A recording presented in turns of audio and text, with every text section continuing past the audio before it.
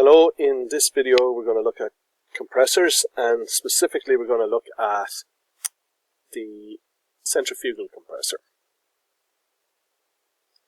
So with compressors we have three types. There is the centrifugal compressor, there is an axial compressor, and then we have a combination of axial and centrifugal.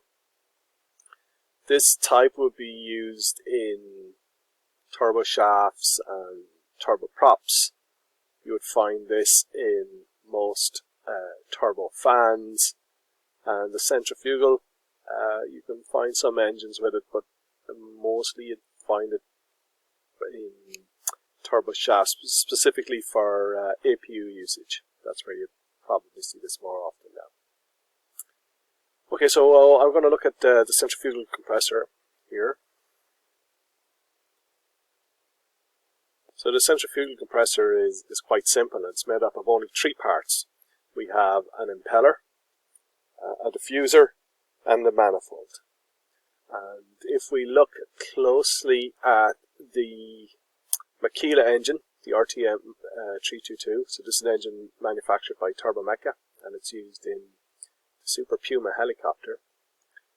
This part here is the centrifugal part of it. So this is the centrifugal compressor.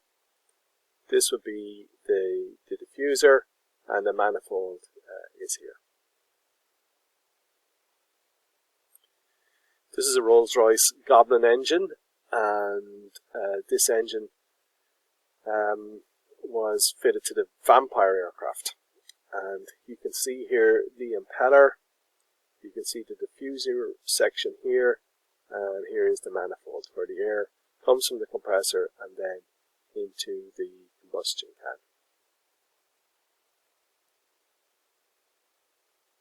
So the way the centrifugal compressor works is the air comes in at the center, so it comes in here, it's shown it here into the center, and the compressor blades are rotating, and the air passes out from the center out to the tip.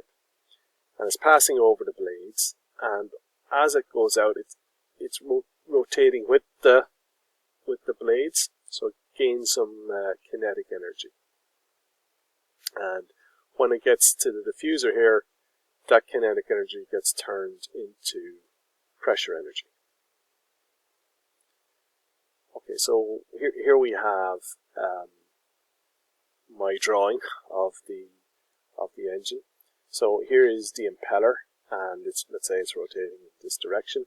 So the air here has velocity equal to omega r, and as we go to the tip, it has a velocity omega r, but the radius, at the tip here, out here, this radius is much bigger than this radius, so the velocity grows like this as the air passes from the center of the impeller out to the tip. So if the velocity increases, then the kinetic energy of the air increases as well, because kinetic energy is half mv squared. Now the shape of the blades, so the compressor blades or the impeller blades, they're an airfoil section. So when we pass air over it, you're going to get a low pressure and a high pressure. And for a compressor, you want to compress the air, so that's increasing pressure, so higher pressure. So as the air flows over the blades, it goes from low pressure to high pressure.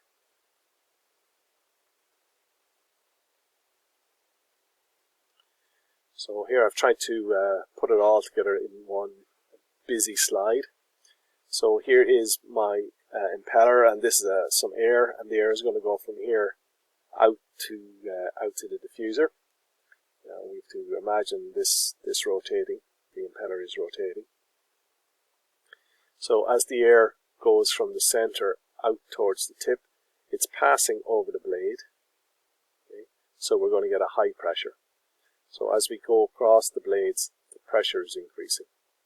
But we also saw as the air goes out towards the tip, because the impeller is rotating, the air is going with it, so it's gaining this velocity, omega r. So as the air goes out, it's rotating. It has the an increase in velocity as we go out, and that will be an increase in kinetic energy. So when we get to the diffuser then, which is a divergent section, and we know in a divergent section for subsonic air, the velocity decreases and the pressure will increase further. So what happens if we watch our air, and again you need to imagine the impeller rotating in this direction. So as the air moves out, watch the air going out, watch it passing over the blades here, pressure and velocity. So like that, gets to the diffuser, and the pressure increases and the velocity drops off. So this increase in pressure can be substantial enough. You can get a pressure ratio of about 8 to 1, 9 to 1, 10 to 1, something around that with a very efficient compressor. So we've seen the impeller, the diffuser. The diffuser is where we convert that kinetic energy into pressure energy, and that is a divergent section. So if we look at the Bernoulli's equation, this is equal to a constant. Now, so when we go through the divergent section, the velocity decreases, therefore the pressure increases. So we have this, all the kinetic energy gets converted into pressure energy at the diffuser. So the centrifugal compressor, it has some advantages. They're cheap and easy to manufacture. They are robust and not prone to fodder icing. They're very stable. They're not inclined to stall. And they give you a large compression ratio, typically about 8 to 1. However, there are some disadvantages. There is severe direction changes due to the airflow, because the air is, it comes in that way and then it's rotating before it goes out. So there's a lot of airflow changes. The tip speed of the impeller, that gets close to the speed of sound, then we have issues. So